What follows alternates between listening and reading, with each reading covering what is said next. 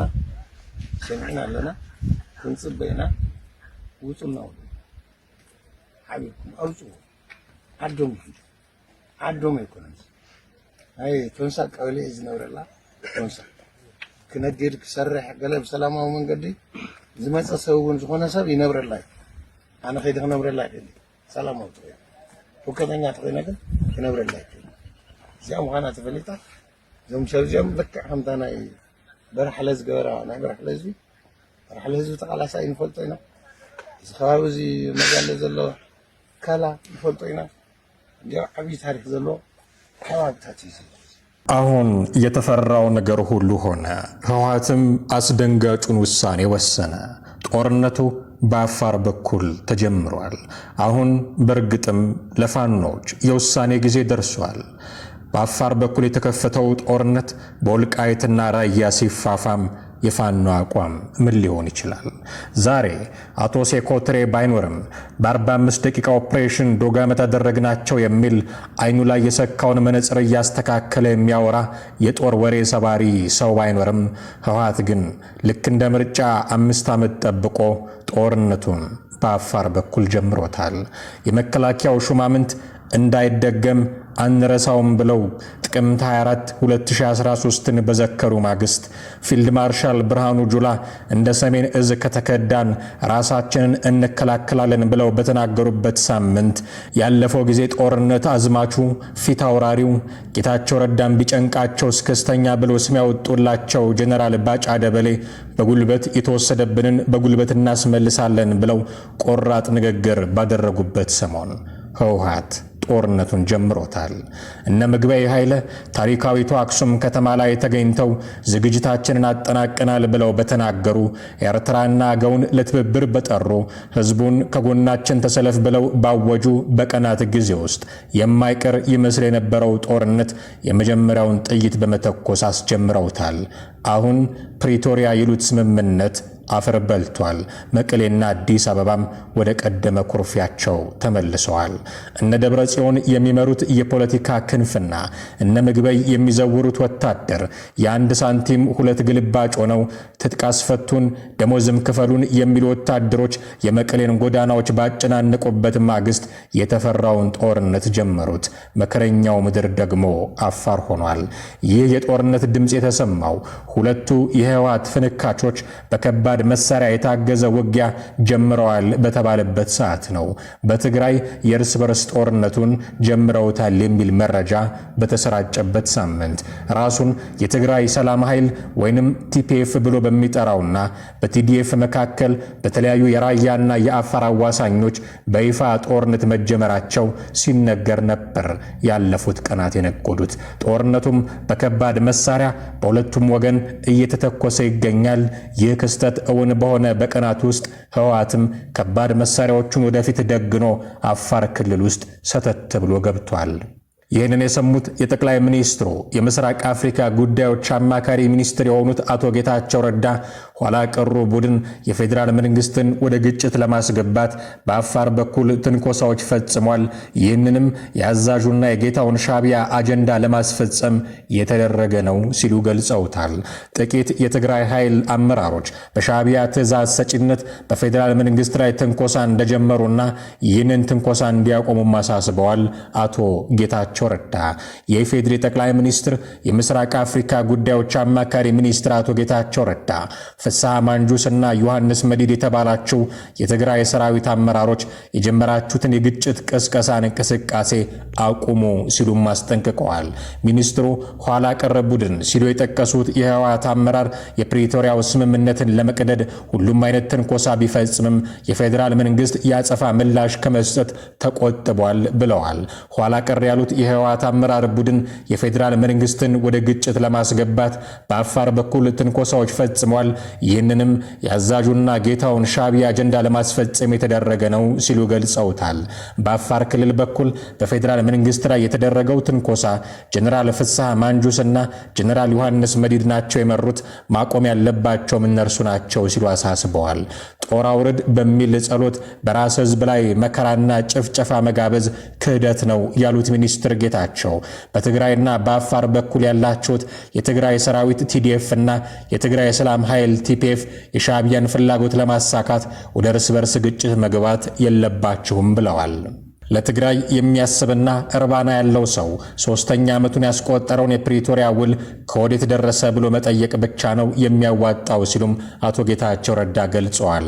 ባለፈው ማክሰኞ ጥቅምት 25 ቀን 2018 ዓ.ም ከሰዓት በኋላ በትግራይ ኃይሎችና በትግራይና አፋር ክልል አዋሳኝ በሚገኙት ራሳቸውን የትግራይ የሰላም ኃይል ታጣቂዎች ወይንም ቲፒኤፍ ብለው በሚጠሩት መካከል ግጭት መቀስቀሱ በማህበራዊ ትስስር ገጾች በስፋት ተነግሯል።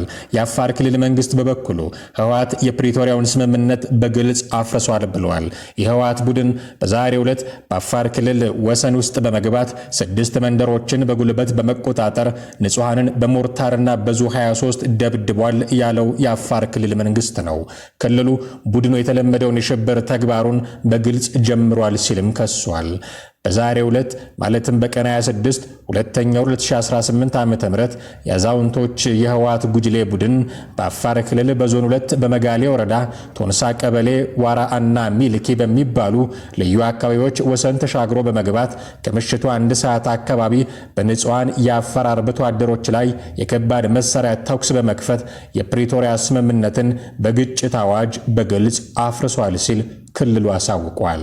ይህ የህወሓት ጠባጫሪ ቡድን በቶንሳ ቀበሌ ላይ ተኩስ በሚከፍትበት ወቅት ሰላም ወዳድ የአፋር ሽማግሌዎች እንዲመለሱ ቢማጸኗቸውም የህወሓት ቡድን ግን አሻፈረኝ በማለት ግጭቱን አስከትሏል ብለዋል።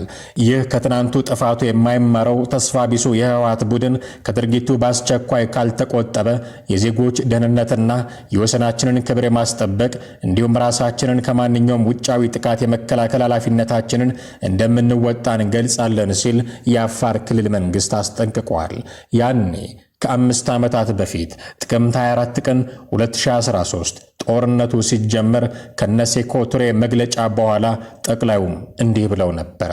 ለመላው የሀገሬ ህዝቦች በትናንትናው ምሽት ተስፋ የቆረጠውና ከሃዲው የህወሓት ቡድን ያልታሰበ የማይጠበቅ ጥቃት በመፈጸም ሊያደርስ የፈለገውን ኪሳራ መግለጽ ይታወቃል። ጦርነት ሰው በላ ነው። ጦርነት አገር ያደህያል። ጦርነት ቤተሰብ ይበትናል። በዚህም ምክንያት በምድራችን ዳግም ጦርነት እንዳይፈጠር መንግስታችን እጅግ ማመን ከሚከብድ በላይ በከፍተኛ ትዕግስት አንዲት ጥይት እንዳትተኮስ ያደረግነው ጥረት በሙሉ ከንቱ እንዲቀር አድርገዋል። በሀገራችን በሺህ የሚቆጠሩ ጦርነቶች አካሂደናል። የጦርነት ታሪክ እየሰማን አድገናል። በጦርነት ውስጥ ጎልምሰናል። በዚህም ምክንያት ጦርነት የደህንነት ሁሉ ምንጭ እንደሆነ ስለምንረዳ ጦርነትን ለማስቀረት ያደረግነው እልህ አስጨራሽ ትግል በዚህ ተስፋ በቆረጠ ኃይል ሳይሳካ ቀርቷል።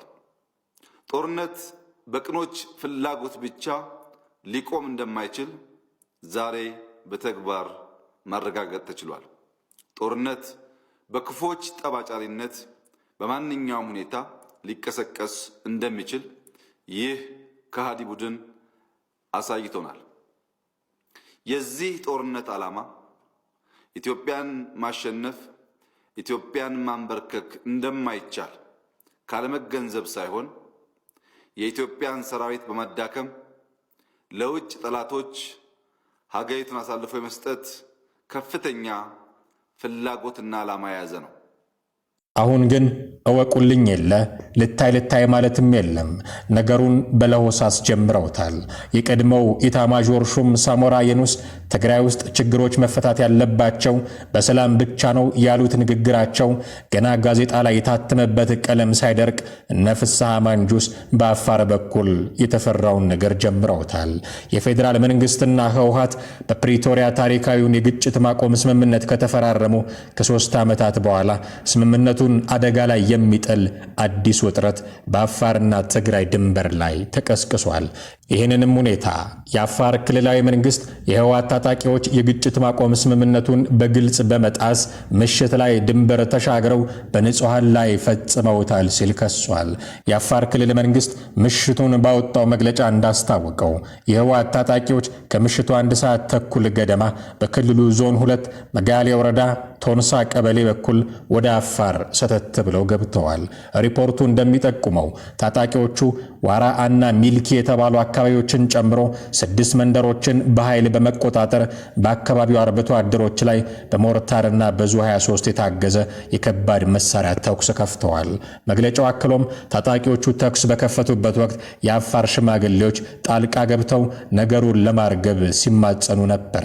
ይህንን ግን የህወሓት ታጣቂዎች አሻፈረኝ በማለት ግጭቱን ማስከተሉንም ክልሉ ገልጿል። የአፋር ክልላዊ መንግስት በመግለጫው ህወሓት የፕሪቶሪያውን ስምምነት በግልጽ ሙሉ በሙሉ አፍርሶታል ሲልም ተናግሯል።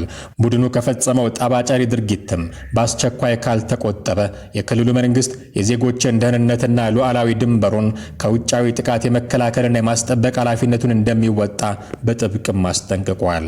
ይህ ዘገባ እስከተጠናቀረበት ሰዓት ድረስ የትግራይ ጊዜያዊ አስተዳደር በአፋር ክልል መንግስት በቀረበው ውንጀላ ዙሪያ በይፋ የሰጠው ምላሽ የለም። ከዚህ በኋላ ጥያቄዎቹ የሚሆኑት ይህንን ትንኮሳ ለማስቆም የፌዴራሉ መንግስት ምን ያክል ርቀት ይሄዳል የሚለውና ህወሓት ከተነካ እንተያያለን ሲሉ የነበሩት የብርጋዴር ጀነራል ተፈራ ማሞ አቋም ምን ሊሆን ይችላል የሚለው ነው። አቶ ጌታቸው ረዳ ህወሓትን ለጌታውና ለአዛዡ ለሻዕቢያ ያደረ ባሉበት መግለጫቸው ላይ እንደጠቆሙት ከዚህ ነገር ጀርባ በእርግጥም የኤርትራ መንግስት እጅ ይኖርበት ይሆን የሚለው ጉዳይም አጨቃጫቂ መሆኑ አይቀርም። ይህ አዲስ ግጭት የተከሰተው የኢትዮጵያ ጦር ኃይሎች ጠቅላይ ኤታማዦር ሹም ፊልድ ማርሻል ብርሃኑ ጁላ ከ2 ቀናት በፊት ህወሓት ከፕሪቶሪያው ስምምነት በኋላ ፈጽሟቸዋል ያሏቸውን ትንኮሳዎችና ሴራዎች ወደ ጦርነት ለመግባት ከበቂ በላይ ናቸው ሲሉ ጠንካራ ማስጠንቀቂያ ከሰጡ በኋላ መሆኑ የሁኔታውን አሳሳቢነት ይጨምረዋል። የፕሪቶሪያው ስምምነት የ2 ዓመቱን ደም አፋሳሽ ጦርነት ያስቆመ ሲሆን በቅርቡ የአውሮፓ ህብረትና አባል ሀገራት በፈራሚዎቹ መካከል ፖለቲካዊ ውይይት እንዲጀመር ጥሪ ማቅረባቸውም ይታወሳል። ይህ አዲሱ ክስተት ግን ይህን የሰላም ተስፋ በድጋሜ ጥያቄ ውስጥ የሚከት ሆኗል።